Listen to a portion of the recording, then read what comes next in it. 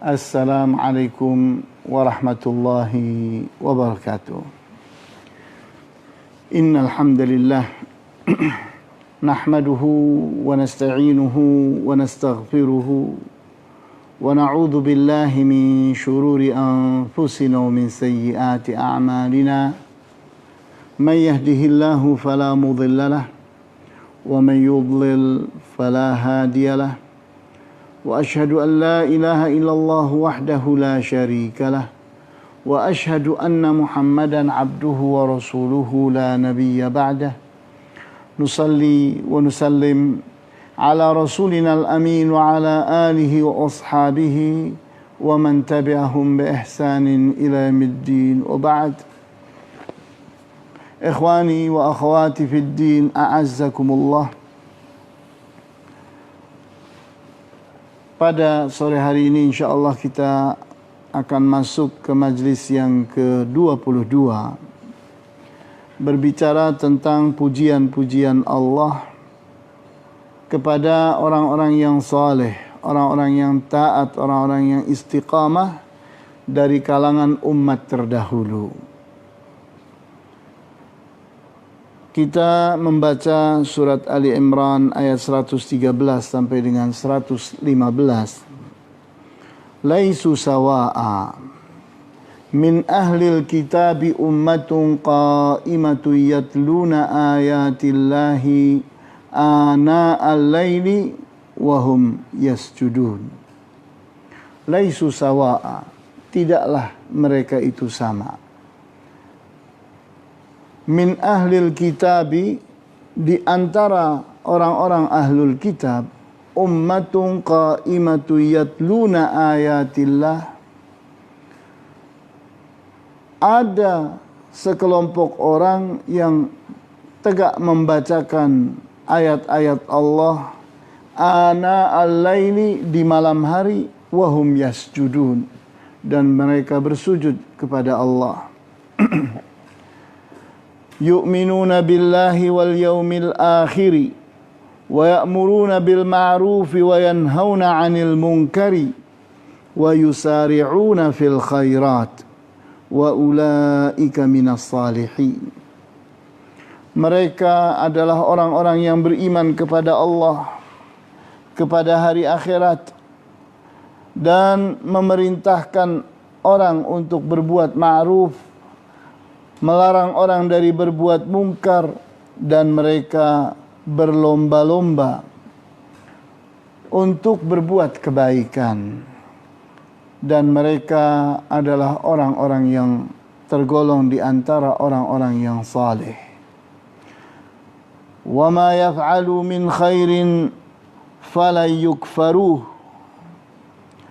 Dan apapun yang mereka lakukan di antara kebaikan, maka tidaklah mereka terhapuskan. Sehingga kita perhatikan 3 ayat dari surat Ali Imran ini menggambarkan kepada kita tentang ahlul kitab, bahwa tidak semua ahlul kitab itu buruk, tidak semua ahlul kitab itu kafir. Namun ada di antara mereka orang-orang yang benar-benar menekuni kitab Allah. Mereka benar-benar beribadah kepada Allah. Mereka adalah orang-orang yang beriman kepada Allah dan hari akhirat. Mereka adalah orang-orang yang berdakwah, mengajak orang kepada ma'ruf, melarang orang dari berbuat mungkar. Dan mereka berlomba dalam berbuat kebaikan. Maka Allah katakan bahwa mereka itu tergolong di antara orang-orang yang saleh. Sehingga mereka itu, amal mereka tidak ditutup begitu saja, tapi tercatat sebagai kebaikan. Sehingga di saat kita mempelajari begitu banyaknya ayat-ayat dan hadis-hadis yang mencerca orang-orang Yahudi dan Nasara, yang mereka itu tampil sebagai orang-orang yang kafir, orang-orang yang tidak mencintai Islam, tidak bersimpati kepada Islam, memusuhi Islam, bahkan mengerahkan segala tipu daya mereka, bahkan memerangi muslimin sepanjang keberadaan mereka. Kita perhatikan bahwa ternyata di sini Allah mengecualikan. Ada orang-orang tertentu yang mereka itu tidak seperti itu. Syekh Saleh bin Fauzan Al-Fauzan memberikan contoh, di antaranya adalah Raja Najasyi di Al-Habasyah atau Ethiopia di zaman Nabi Muhammad sallallahu alaihi wasallam. Dia beriman kepada Nabi Muhammad dan dia menangis saat mendengarkan Al-Quran dibacakan oleh Ja'far bin Abi Talib. Kemudian contoh yang lain adalah Abdullah ibnu Salam, seorang Yahudi yang masuk Islam di zaman Rasulullah SAW dan namanya tidak pernah dilupakan di tengah-tengah muslimin.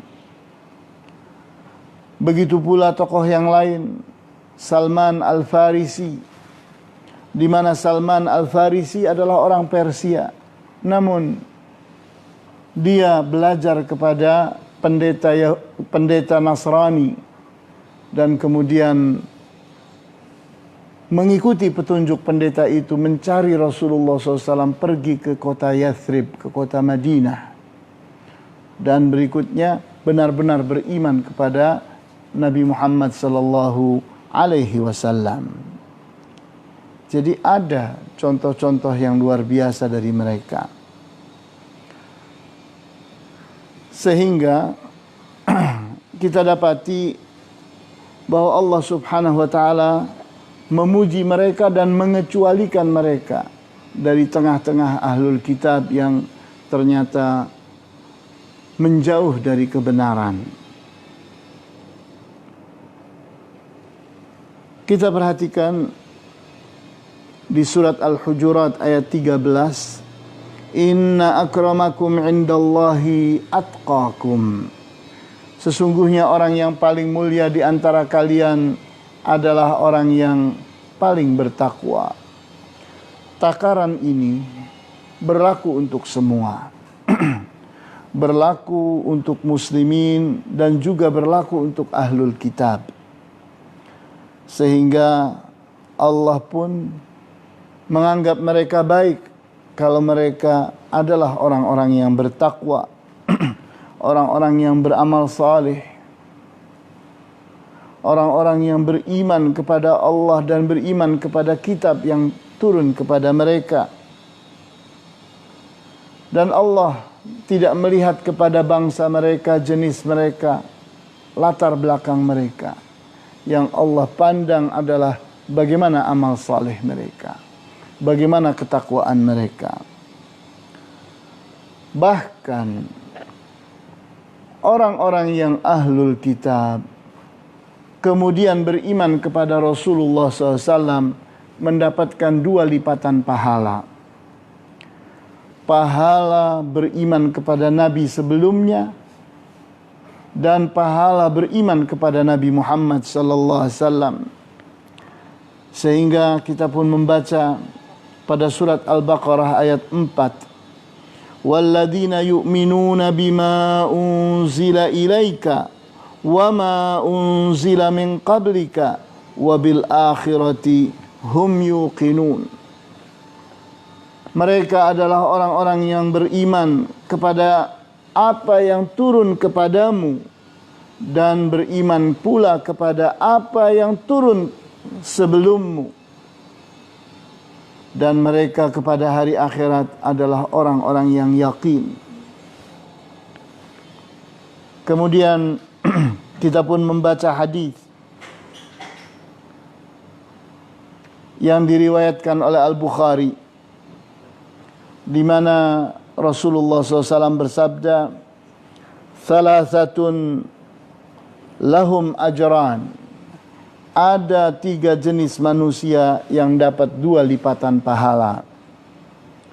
Rajulun min ahlil kitabi amana bi nabiyhi wa amana bi Muhammadin sallallahu alaihi wasallam. Orang yang pertama adalah orang dari kalangan ahlul kitab, beriman kepada Nabi sebelum Nabi Muhammad sallallahu alaihi wasallam dan beriman kepada Nabi Muhammad. Maka dengan ini dapat 2 pahala. Wal abdul mamluku idza adda haqqallahi wa haqqa mawalihi wa dan yang kedua adalah seorang hamba yang dimiliki oleh majikannya. Dia memenuhi hak-hak Allah dan memenuhi hak-hak majikannya. Maka dapat 2 pahala. Kemudian warajulun kanat indahu amatun yata'uha fa'addabaha fa'ahsana ta'dibaha wa'allamaha fa'ahsana ta'limaha thumma a'taqaha fatazawwajaha falahu ajran. Dan seseorang yang memiliki budak perempuan yang digaulinya, dididiknya dengan pendidikan yang sebaik-baiknya, diajarinya dengan sebaik-baik pengajaran, kemudian dimerdekakan dan dikawini. Maka orang yang demikian mendapatkan 2 pahala. 2 pahala karena dia menikahi orang yang baik dan dia memperlakukan baik budaknya, budak perempuannya, memuliakannya. Sehingga dengan demikian kita lihat pada hadis ini ada pelajaran bahwa seorang ahlul kitab yang beriman kepada Nabi Muhammad dan Nabi sebelumnya itu justru mendapatkan 2 pahala. Pada saat Nabi Muhammad SAW diutus, maka banyaklah orang yang beriman kepadanya dan mengikutinya. Di antara mereka ada orang-orang yang beriman karena beriman kepada kitab sebelumnya, di mana dari kitab sebelumnya mereka telah mendapatkan petunjuk akan datangnya Nabi Muhammad SAW dengan tanda-tanda dan ciri-cirinya. Sehingga mereka itu adalah orang-orang yang beriman kepada kitab-kitab sebelumnya, kemudian beriman kepada Nabi Muhammad SAW. Karena memang kitab-kitab sebelum Al-Quran itu menjelaskan tentang akan datangnya Nabi Muhammad SAW dan menyebutkan tanda-tandanya. Kemudian mereka menjadi orang-orang yang baik dan tidak memusuhi Nabi Muhammad SAW karena mereka adalah orang-orang yang benar-benar beriman kepada Allah dan hari akhirat. Sementara kita melihat orang-orang ahlul kitab yang memusuhi Islam, mereka adalah orang-orang yang ambisi kepada dunia, ambisi kepada kekuasaan, dan mereka memiliki kepentingan-kepentingan dalam mengikuti hawa nafsu mereka. Sehingga permusuhan itu bukan karena kitab mereka, tapi karena pribadi-pribadi mereka, kepentingan-kepentingan golongan-golongan mereka.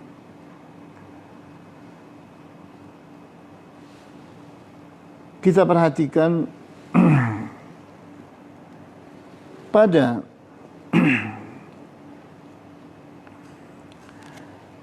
ayat 114 dari surat Ali Imran yang tadi kita bahas. Di sana disebutkan yu'minuna billahi wal yaumil akhir. Mereka adalah orang-orang yang beriman kepada Allah dan beriman kepada hari akhirat. Jadi ini pujian Allah kepada ahlul kitab yang memang istiqamah. memang mereka itu ada di jalan yang lurus, sehingga mereka beriman kepada Allah dan beriman kepada hari akhirat. Kemudian kelebihan mereka yang lain yang juga disebutkan pada ayat 113 adalah yatluna ayatillahi ana al-laili wa hum yasjudun. Mereka membaca ayat-ayat Allah di malam hari dan mereka bersujud kepada Allah. Kita perhatikan amalan-amalan yang seperti ini mereka lakukan dorongannya karena iman, dorongannya karena keyakinan, sehingga Allah memandang itu adalah suatu kelebihan yang Allah nilai baik, sehingga Allah memuji mereka. Namun di saat sebaliknya, di saat orang itu beramal, sebaik apapun amalan yang diamalkannya, tapi tidak diamalkan dengan iman, tidak diamalkan dengan keyakinan, maka tidak bermanfaat untuk pelakunya. Sehingga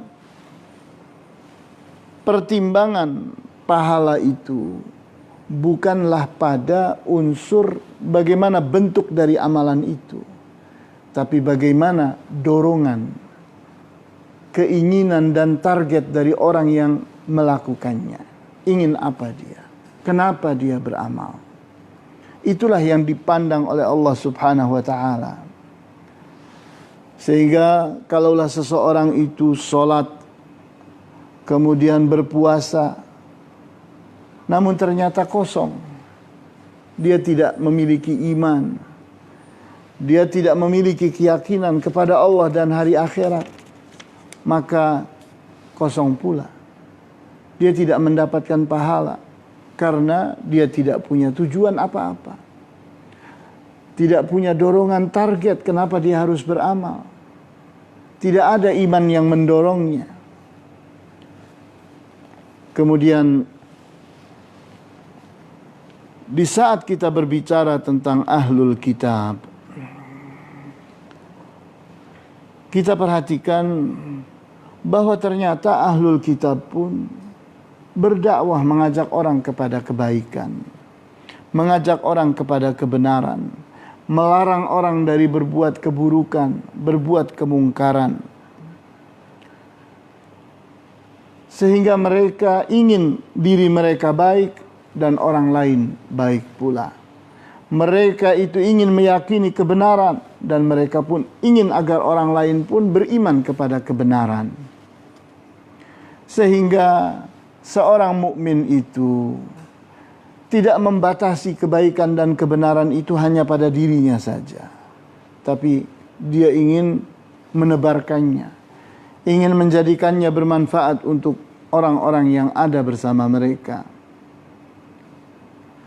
Di saat mereka melihat orang lain berbuat keburukan, berbuat kebodohan, mencelakakan diri mereka sendiri, maka mereka pun menasehati, mendakwahi, meluruskan, memberikan masukan-masukan agar orang itu tidak merusak diri mereka sendiri, namun berbuat hal-hal yang bermanfaat, berada di jalan kebenaran dan kebaikan.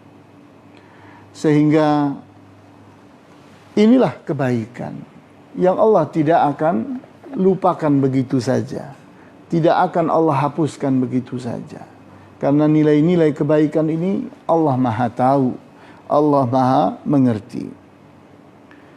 Sebaliknya, kalau ada orang Islam namun ternyata tidak memerintahkan orang berbuat ma'ruf, tidak melarang orang dari berbuat mungkar, walaupun dia itu adalah orang saleh untuk dirinya, tapi tidak menularkannya, tidak mengajak orang berbuat baik, maka ini adalah cacat. Ini adalah kekurangan yang begitu besar. Bisa jadi malah dia itu bukan orang yang beriman. Dia hanya beramal namun tidak beriman. Maka kita perhatikan hadis yang sahih diriwayatkan oleh Muslim. Man ra'a minkum munkaran falyughayyirhu biyadihi. Barang siapa di antara kalian melihat kemungkaran, hendaknya dia rubah kemungkaran itu dengan tangannya, dengan kekuasaannya, dengan kemampuannya. Fa in lam yastati' fa bilisanih. Kalau tidak mampu dengan tangannya, dia merubahnya dengan lidahnya, menasehatinya, memperbaikinya, memberikan masukan-masukan. Fa in lam yastati' fa biqalbi. Kalau tidak mampu pula dengan lidahnya, maka dengan jiwanya. Dia benci kepada kemungkaran itu. Dia tinggalkan kemungkaran itu. Dia tunjukkan bahwa dia tidak bisa menerimanya. Dia tidak menyukainya. Wadzalika adhaful iman. Yang ketiga ini, yang hanya bisa dengan jiwa saja, tidak bisa dengan tangan, tidak bisa dengan lidah, maka hanya bisa dengan jiwa. Maka Rasulullah menyebutnya wadzalika adhaful iman, dan itulah iman yang paling lemah. Sehingga di saat seseorang itu kuat imannya, maka dia akan tampil dengan kekuatan. Di saat dia tidak mampu tampil dengan kekuatan, dia akan tampil dengan lidahnya. Maka yang paling lemah adalah seseorang di hadapan kemungkaran itu hanya bisa membenci dan meninggalkannya, menunjukkan sikap tidak suka kepada kemungkaran itu. Kemudian di riwayat yang lain yang juga dari Muslim, di mana Rasulullah SAW menyatakan, walaisa wara'a dzalika minal imani habbata khardali. Dan setelah itu tidak ada lagi iman walaupun sebiji sawi. Jadi kalau seseorang imannya tidak mampu mendorongnya merubah kemungkaran dengan tangannya, tidak mampu pula mendorongnya untuk menasehati orang, menegur orang dengan lidahnya, tidak mampu pula untuk membenci kemungkaran itu dan meninggalkannya, maka kata Rasulullah, walaisa wara'a dzalika minal imani habbata khardali. Maka kalau itu semua ketiga-tiganya tidak ada, maka tidak ada iman lagi pada orang ini walaupun sebiji sawi. Tidak ada iman lagi. Karena imannya tidak mampu menggerakkan apa-apa pada dirinya.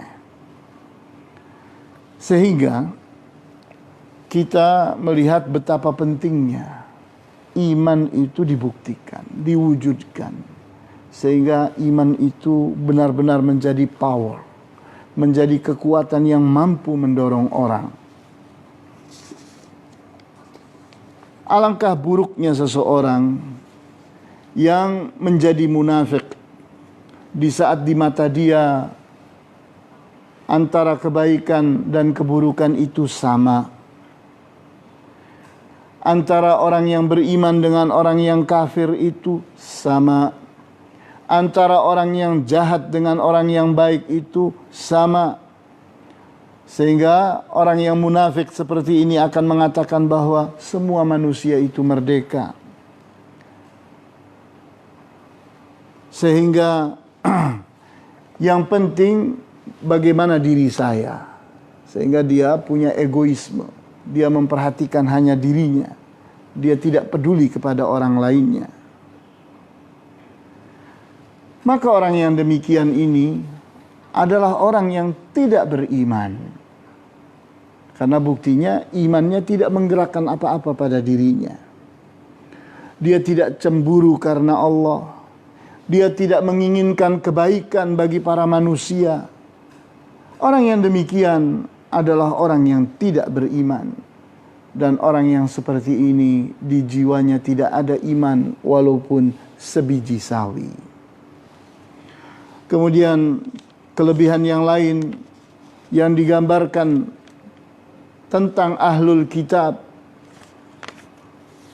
yang Allah puji, mereka itu disebutkan pada ayat 1 114 dari surat Ali Imran tersebut tadi, yusari'una fil khairat, mereka itu berlomba-lomba dalam mengamalkan kebaikan. Ini adalah kebaikan dan keutamaan yang ada pada mereka, yang tidak akan diluputkan oleh Allah Subhanahu wa ta'ala. Gambaran tentang orang-orang yang bermusara'ah atau berlomba-lomba dalam kebaikan digambarkan di saat mereka itu adalah muslimin, maka mereka itu adalah menjadi orang-orang yang terdepan di saat berbuat baik, berbuat ketaatan. Sehingga contohnya di saat sholat adanya di shaf pertama. Selalu melakukan sholat jamaah.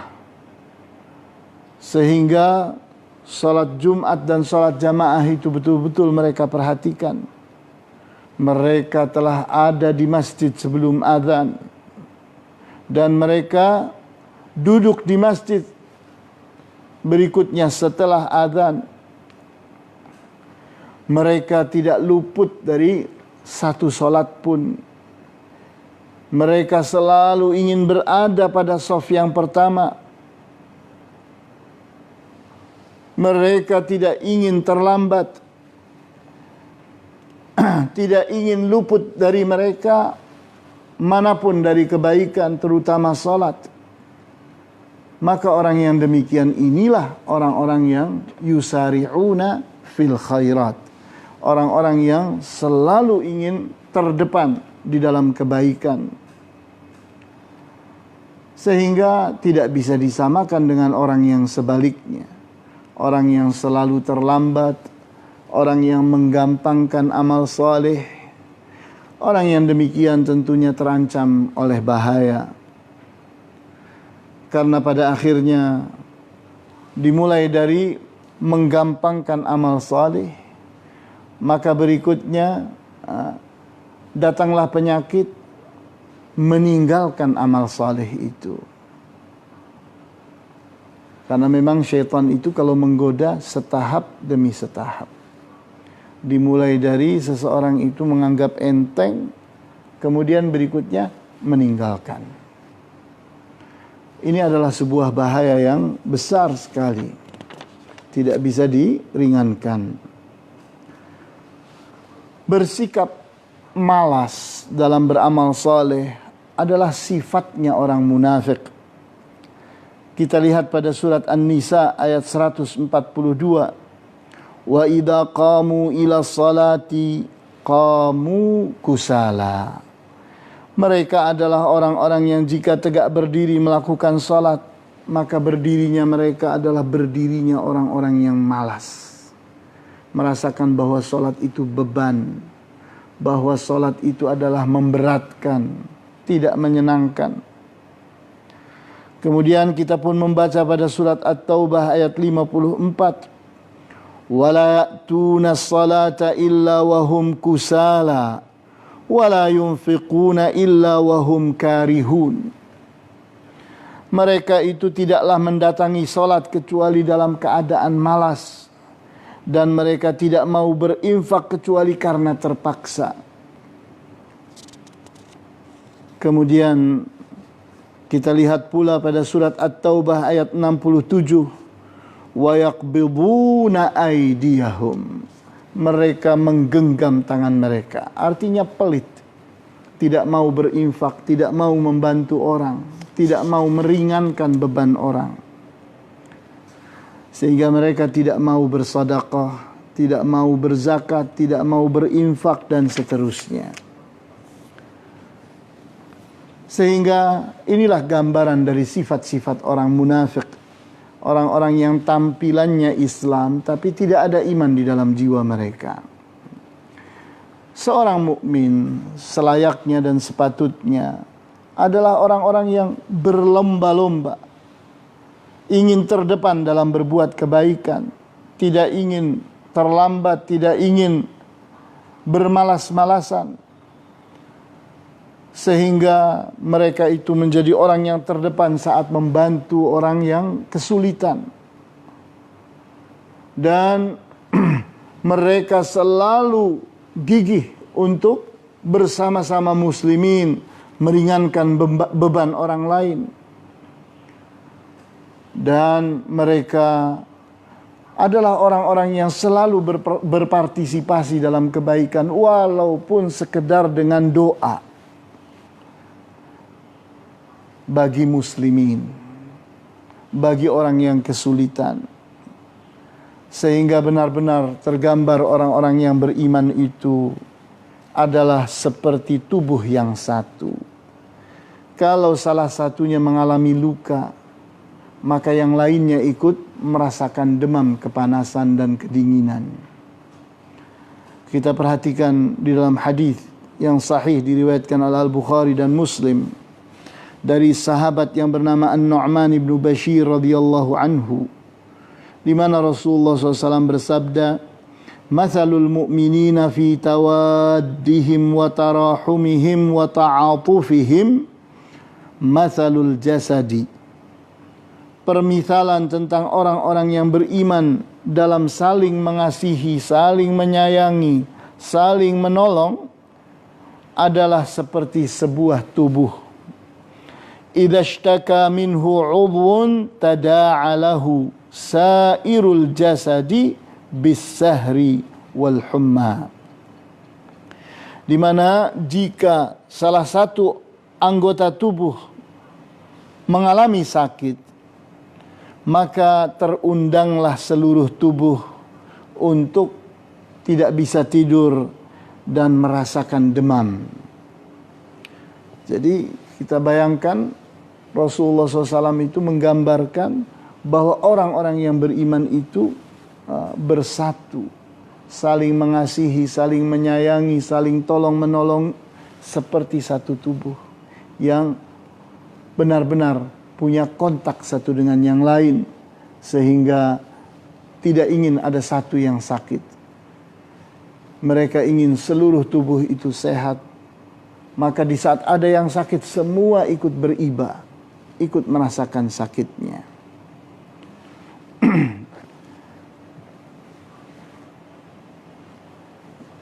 Di saat seseorang telah menyadari bahwa dirinya memiliki kekurangan dalam hal agama, maka hendaknya tidak membiarkannya, segera melakukan perbaikan terhadap dirinya. Begitu pula di saat melihat ada orang lain yang memiliki kekurangan dalam hal dunia dan akhirat, maka tidak dibiarkan, dibantunya, dicarikan jalan keluarnya. Sehingga satu dengan yang lain itu saling mengajari, saling mengingatkan, saling menolong dan memberikan masukan-masukan yang bermanfaat satu orang dengan yang lainnya.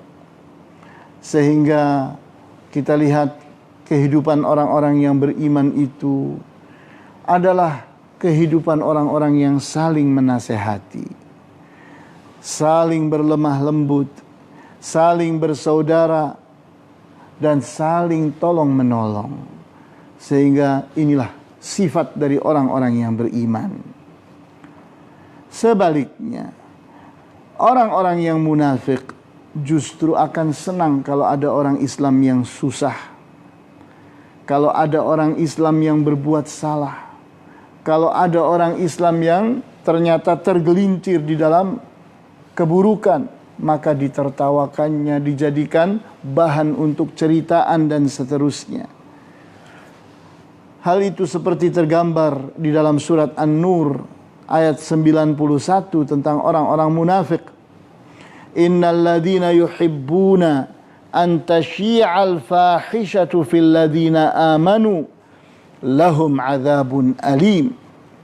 Sesungguhnya orang-orang yang menyukai untuk bertebarnya keburukan di tengah-tengah orang yang beriman, mereka itu adalah orang-orang yang akan mendapatkan azab yang pedih.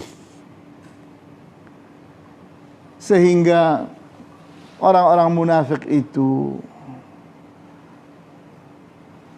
adalah orang-orang yang sibuknya justru mencari kelemahan orang Islam. sibuknya hanya mencari aib yang ada pada muslimin. Na'udzubillah. Bahkan mereka senang sekali kalau bisa mendapatkan kelemahan-kelemahan itu. Kemudian mereka tebarkan. Mereka sampaikan kemana-mana, mereka publish. Sehingga seolah-olah mereka itu merasa bahagia dengan kelemahan-kelemahan yang ada pada muslimin. Walaupun mereka menamakan perbuatan mereka itu adalah ingkarul mungkar, mengingkari kemungkaran. Di saat menceritakan keburukan muslimin, dianggapnya bahwa itu adalah mengingkari kemungkaran.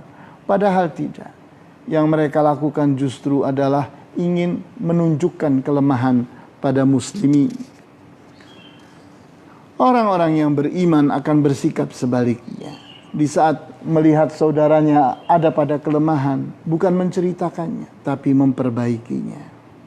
Bukan menebarkan beritanya, tapi justru menyimpannya. Karena aib dan cacat pada muslimin itu sama dengan aib yang ada pada diri kita. Karena muslimin itu satu tubuh. Sehingga tidak bisa melihat kebaikan dan keburukan hanya ada pada seseorang dan membiarkannya. Tidak. Mereka menginginkan semua mereka baik. Tidak ingin ada keburukan pada diri mereka. Sehingga mereka itu benar-benar saling mencintai, saling menyayangi di antara mereka. Dan mereka adalah orang-orang yang benar-benar menghidupkan nasihat. Saling menasihati. Mereka selalu berdakwah dengan hikmah, dengan mau'idhah hasanah.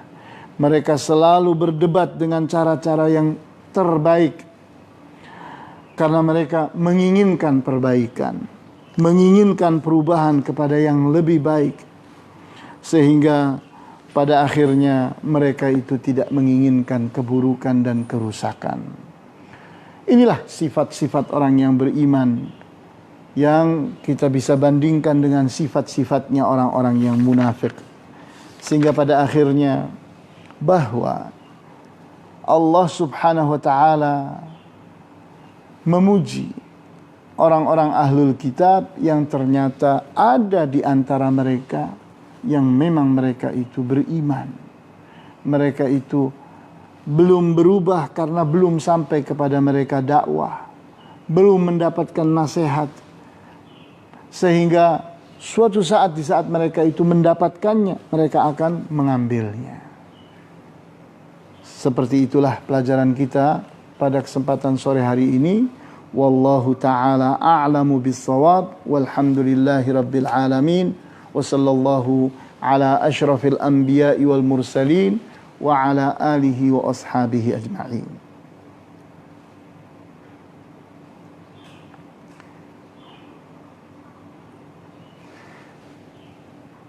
Ada kawan kita yang memberi komentar, buah dari salat adalah mencegah dari perbuatan keji dan mungkar. Tetapi orang yang mengerjakan salat masih melakukan perbuatan-perbuatan keji atau kemaksiatan yang lainnya, apakah amalan salatnya itu bisa dikatakan sebagai amalan yang tidak didasari atas dasar keimanan atau keyakinannya, sementara salat itu sendiri bagian dari upaya untuk meningkatkan keimanan? Kita tahu bahwa salat memang menjadi power, menjadi kekuatan, menjadi peringatan bagi seseorang, sehingga orang yang salat itu akan hadir di dalam dirinya kemampuan untuk mendapatkan alarm peringatan. Setiap akan berbuat buruk, berbuat mungkar, maka salat itu bermanfaat. Sehingga di saat seseorang itu salat zuhurnya benar-benar khusyuk, benar-benar ikhlas, dia akan dijaga oleh Allah sampai waktu asarnya. Di saat seseorang itu salat asarnya benar-benar khusyuk, benar-benar ikhlas, akan terjaga sampai waktu maghribnya. Begitu pula di saat seseorang itu salat maghribnya khusyuk dan ikhlas, dia akan dijaga oleh Allah sampai waktu isya. Dan di saat seseorang itu salat isyaknya khusyuk dan ikhlas, akan Allah jaga sampai dengan waktu subuh, waktu fajar. Kemudian di saat seseorang itu salat subuhnya itu khusyuk dan ikhlas, akan Allah jaga sampai waktu zuhur. Jadi kita lihat bahwa di saat seseorang itu dicintai oleh Allah, dia dijaga oleh Allah, sehingga dia akan memiliki alarm di dalam jiwanya. Alarm inilah yang akan mengingatkan dia untuk berhenti dari berbuat maksiat, untuk menghindar dari sesuatu yang mungkar. Sehingga salat itu di saat terus-menerus dilakukan oleh seseorang, itu akan menguatkan kekuatan alarmnya tadi. Semakin rajin salat seseorang, semakin khusyuk dan ikhlas salat seseorang, tingkat kekuatan alarmnya, energinya semakin kuat. Sehingga di saat seseorang itu benar-benar salat setiap waktu, apalagi salatnya itu bisa mencapai 50 rakaat satu hari dan semuanya dalam keadaan khusyuk dan ikhlas, tentunya dia akan terjaga setiap saat. Kita lihat bahwa pada asalnya Rasulullah SAW itu diperintahkan oleh Allah pertama kali untuk melakukan salat 50. Kemudian diringankan sampai jadi 5 waktu. Kita lihat di saat seseorang itu salat wajibnya seluruhnya baik dan benar, khusyuk dan ikhlas, maka sudah 17 rakaat. Kemudian dia salat qabliyah dan ba'diyahnya demikian pula, khusyuk dan ikhlas, sudah ketambahan tidak kurang dari 12 rakaat. Kemudian di saat dia itu salat tahajud dan salat duha, kemudian ditambah lagi dengan tahiyatul masjid dan salat-salat yang lainnya, maka tidak akan kurang dari 50 rakaat dia salat satu hari. Orang yang benar-benar khusyuk dan ikhlas pada saat salatnya akan dijaga oleh Allah. Kenapa? Karena dia orang yang ingat kepada Allah. Orang yang ingat kepada Allah akan diingat oleh Allah. Orang yang perhatian kepada Allah akan diperhatikan oleh Allah. Orang-orang yang selalu membela agama Allah akan dibela oleh Allah. Itu adalah janji dari Allah di dalam Al-Quran dan Al-Hadis. Sehingga hal yang harus kita kembangkan di diri kita di saat ternyata sholat kita itu ternyata masih belum menjadi alarm terhadap diri kita. Maka sempurnakan sholat itu. Kita harus terus-menerus melatih diri kita untuk bisa khusyuk dan ikhlas pada saat kita sholat, dan kemudian kita memperbanyak jumlah sholat kita setiap hari.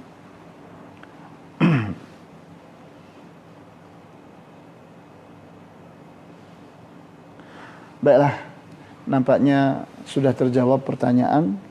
Kita tutup. Wallahu ta'ala a'lamu bis-shawab. Walhamdulillahi rabbil alamin. Wa sallallahu ala asyrafil anbiya'i wal mursalin. Wa ala alihi wa ashabihi ajma'in. Subhanakallahumma wa bihamdika. Ashhadu an la ilaha illa anta. Astaghfiruka wa atubu ilaik. Wassalamu alaikum warahmatullahi wabarakatuh.